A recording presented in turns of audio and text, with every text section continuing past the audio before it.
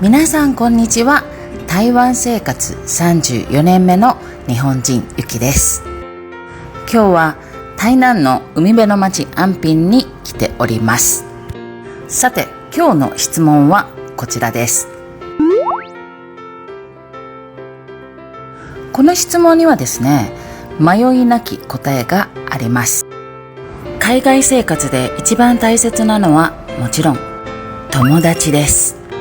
ずっと今まで支えてきてくれた友達が台南を離れて新しい旅立ちを始めようとしています。今日は今まで頑張ってやってきたギャラリーの最終日です。最後のお別れのお茶会の準備をお手伝いにやってきました。古いお家をリノベした私たちの秘密基地。このギャラリーで今までいろんなイベントをして思い出深い場所でもあります。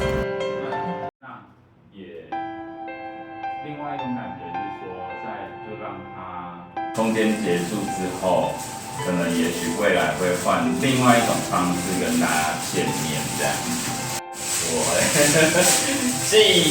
既难过又很期待新的开始。对啊，在那边就感觉到说，好像有一些等自己安顿好之后，好像又有一些新的开始，有一些新的能量可以慢慢的发酵。所以就是对我自己而言来说的话，好一些。对我自己啊，对啊，那我就是还蛮感谢大家的，对，在台南的这段时间。